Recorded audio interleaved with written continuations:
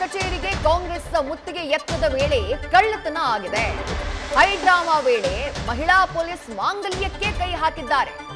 ASI ಅಮೃತಾಬಾಯಿ ಅವರ ಸರವನ್ನ ಎಗರಿಸಿದ್ದಾರೆ ಖದೀಮರು. ಕುತ್ತಿಗೆಗೆ ಕೈ ಹಾಕಿ ಮಾಂಗಲ್ಯ ಸರವನ್ನ ಎಗರಿಸಿದ್ದಾರೆ ಕಿಡಿಗೇಡಿಗಳು. ಪೊಲೀಸ್ ಅಧಿಕಾರಿ ಕತ್ತಿನಲ್ಲಿದ್ದಂತಹ 60 ಗ್ರಾಂ ಚಿನ್ನದ ಮಾಂಗಲ್ಯ ಸರವನ್ನ ಕದ್ದು ಎಸ್ಕೇಪ್ ಆಗಿದ್ದಾರೆ.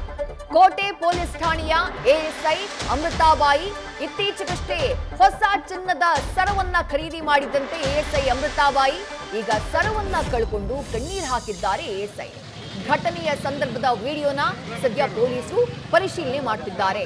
ಗಮನಿಸ್ತಾ ಇದ್ದೀರಿ ದೃಶ್ಯಗಳಲ್ಲಿ ಕಣ್ಣೀರನ್ನ ಹಾಕ್ತಿದಾರಲ್ಲ ಅವರೇ ಎಎಸ್ಐ ಅಮೃತಾಬಾಯಿ. ಅವರ ಚಿನ್ನದ ಸರವನ್ನೇ ಈ ಪ್ರತಿಭಟನೆಯ ಸಂದರ್ಭದಲ್ಲಿ ಭಾಗಿಯಾಗಿದ್ದ ಯಾರೋ ಒಬ್ರು ಕತ್ತಿ ಕೈ ಹಾಕಿ ಚಿನ್ನದ ಸರವನ್ನ ಕದ್ಬಿಟ್ಟಿದ್ದಾರೆ.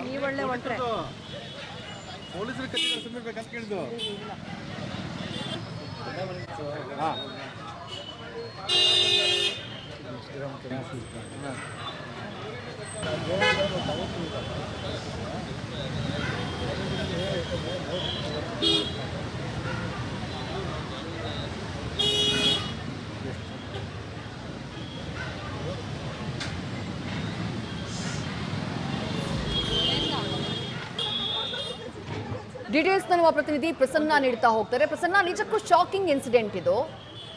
ಕದ್ದವರು ಯಾರು ಅನ್ನುವಂಥ ಪ್ರಶ್ನೆ. ಪ್ರತಿಭಟನೆ ಮಾಡ್ತಾ ಇದ್ದಂತಹ ಕೈ ಕಾರ್ಯಕರ್ತರೇ ಕದ್ರ ಅಥವಾ ಪ್ರತಿಭಟನೆಯನ್ನೇ ಸುವರ್ಣಾವಕಾಶ ಅಂತ ಹೇಳಿ ಭಾವಿಸ್ಕೊಂಡು ಯಾರೋ ಖದೀಮರು ಮಿಡ್ಲಲ್ಲಿ ಎಂಟ್ರಿ ಆಗಿ ಚಿನ್ನದ ಸರ ಕೈ ಹಾಕಿದ್ರ? ಏನ್ ಮಾಹಿತಿ ಸಿಗ್ತಾ ಇದೆ ಪ್ರಸನ್ನ?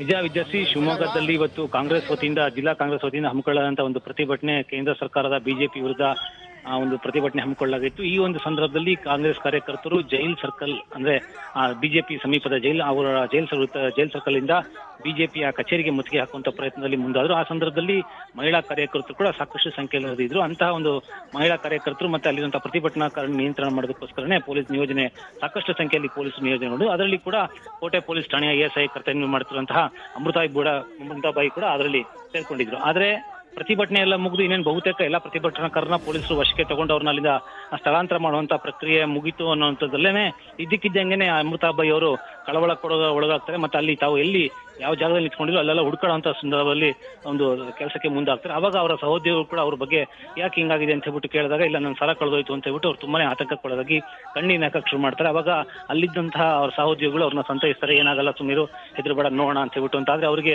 ದುಃಖ ತಡ್ಕೊಳ್ಳೋ ಕಾಲ ಆ ಸಂದರ್ಭದಲ್ಲಿ ತುಂಬಾನೇ ಅವರು ನೋವನ್ನು ಅನುಭವಿಸ್ತಾರೆ. ಮತ್ತೆ ಸಮೀಪದ ಒಂದು ಅಂಗಡಿಗೆ ಹೋಗ್ಬಿಟ್ಟು ಅಲ್ಲಿ ತಮ್ಮ ನೋವು ಸಾಕಷ್ಟು ಅಂದ್ರೆ ಅಲ್ಲಿ ಬೇರೆ ಯಾರಿಗೂ ಕರೆ ಮಾಡ್ಬಿಟ್ಟು ಇದರ ಆಗಿರೋದನ್ನ ಅವರು ಹಂಚ್ಕೊಳ್ತಾರೆ. ಆದ್ರೆ ಅಷ್ಟೆಲ್ಲ ನಂತರವೂ ಕೂಡ ಪೊಲೀಸರು ಅಲ್ಲಿನ ಸುತ್ತಮುತ್ತ ಒಂದು ಆ ಪ್ರತಿಭಟನೆ ನಡೆತಿರುವಂತಹ ಅಕ್ಕಪಕ್ಕದ ಜಾಗಗಳು ಮತ್ತು ಅವರೆಲ್ಲಿ ನಿಯೋಜನೆಗೊಂಡಿದ್ರು ಆ ಜಾಗ ಮತ್ತು ಅಕ್ಕಪಕ್ಕ ಎಲ್ಲ ಸ್ಥಳಗಳನ್ನ ನೋಡಿದಾಗಲೂ ಕೂಡ ಅಲ್ಲಿ ಎಲ್ಲೂ ಕಾಣೋದಿಲ್ಲ.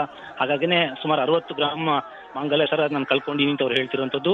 ಇದಾಗಲೇ ಈ ಪೊಲೀಸರು ಸ್ಥಳದಲ್ಲಿ ಇದ್ದಂತಂದ್ರೆ ಪೊಲೀಸ್ ಇಲಾಖೆ ವತಿಯಿಂದನೇ ಈ ಒಂದು ಘಟನೆಯ ಕವರೇಜ್ಗೋಸ್ಕರ ಅದು ಕಂಪ್ಲೀಟ್ ದೃಶ್ಯನ ಚಿತ್ರೀಕರಣಕ್ಕೋಸ್ಕರ ನಿಯೋಜನೆಗೊಂಡಂತಹ ಪೊಲೀಸ್ನ ಸಿಬ್ಬಂದಿಯ ಕ್ಯಾಮ್ರಾಗಳು ಹಾಗೆ ಇತರ ಮೊಬೈಲ್ ಕ್ಯಾಮ್ರಾಗಳಲ್ಲಿರುವಂತಹ ಒಂದು ದೃಶ್ಯಾವಳಿನ ಇಟ್ಕೊಂಡ್ಬಿಟ್ಟು ಈಗಾಗಲೇ ಈ ಕೆಲಸವನ್ನ ಯಾರು ಮಾಡಿರ್ಬೋದು ಅಂತ ಹೇಳ್ಬಿಟ್ಟು ಒಂದು ತನಿಖೆಗೆ ಮುಂದಾಗಿರುವಂತಹ ಒಂದು ಕೆಲಸ ಈಗ ಆಗಿರುವಂತದ್ದು. ವಿಜಯಶ್ರೀ, ಥ್ಯಾಂಕ್ ಯು ಪ್ರಸನ್ನ ತಮ್ಮೆಲ್ಲ ಡೀಟೇಲ್ಸ್ಗೆ.